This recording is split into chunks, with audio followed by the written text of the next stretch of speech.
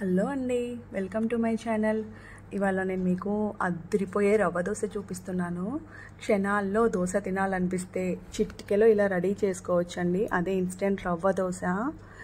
మీకు ఇంట్లోనే ఈజీగా హోటల్ స్టైల్ వచ్చి తీరుతుంది. ఇలా నేను చెప్తే కొన్ని టిప్స్ ఫాలో అవ్వండి. దోశ మాత్రం సూపర్గా వస్తుంది. మీరు రెగ్యులర్ ఈ దోశ చేస్తారు ఇక మినపట్టు వదిలేసి.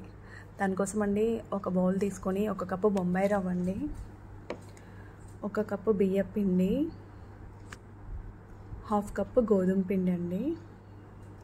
కొంతమంది మైదా కూడా వాడతారు, నేను మైదా వాడను, గోధుమ పిండే వాడతాను. జీలకర్ర అండి, మన టేస్ట్కి తగ్గట్టు సాల్ట్ వేసుకోవాలండి. కొంతమంది పెరుగు వేసి కలుపుతారు, నేను పెరుగు వేయనండి, నేను డైరెక్ట్ వాటర్తోనే కలుపుతాను. ఇంకా మీరు కావాలనుకుంటే అల్లం ముక్కలు సన్నగా కట్ చేసి వేసుకోవచ్చు, పచ్చిమిర్చి సన్నగా కట్ చేసి వేసుకోవచ్చు. మా ఇంట్లో ఇలానే ఇష్టం కాబట్టి నేను అవేమీ వేయలేదు. కరివేపాకు కూడా సన్నగా కట్ చేసి వేసుకోవచ్చు. నేను మాత్రము కొత్తిమీర ఇంకా సన్నగా చాప్ చేసిన ఉల్లిగడ్డలు మాత్రమే వాడతాను. దీంట్లో కావాలనుకున్న వాళ్ళు ఇంగువ కూడా వేసుకోవచ్చు అండి. ఇది చాలా ఈజీగా డైజెషన్ అయిపోతుందండి దోశ, అంత మంచిగా ఉంటుంది టేస్ట్ కూడా.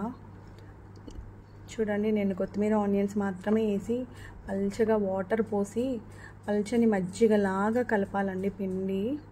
అలా అయితేనే దోశ మంచిగా వస్తుంది మనకి. ఈ దోశకండి ప్యాన్ కూడా ఈవెన్గా ఉండాలి, అంటే మంట అట్ల పెనం చివరి దాకా ఉండాలి. సో అంటే ప్యాన్ మనకి ఫ్లాట్గా ఉండాలి, అట్లయితేనే దోశ బాగా వస్తుంది. లేకపోతే మధ్యలో కాలుతుందండి, అంచులు కాలకుండా మెత్తగా ఉండిపోతుంది. సో అందుకే మెయిన్ రవ్వ దోశకి ప్యాన్ పర్ఫెక్ట్గా ఉండాలి, అట్లయితేనే దోశ పర్ఫెక్ట్గా వస్తుంది.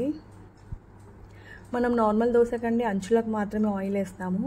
ఈ రవ్వ దోశకండి పైన కొంచెం ఆయిల్ వేయాలి.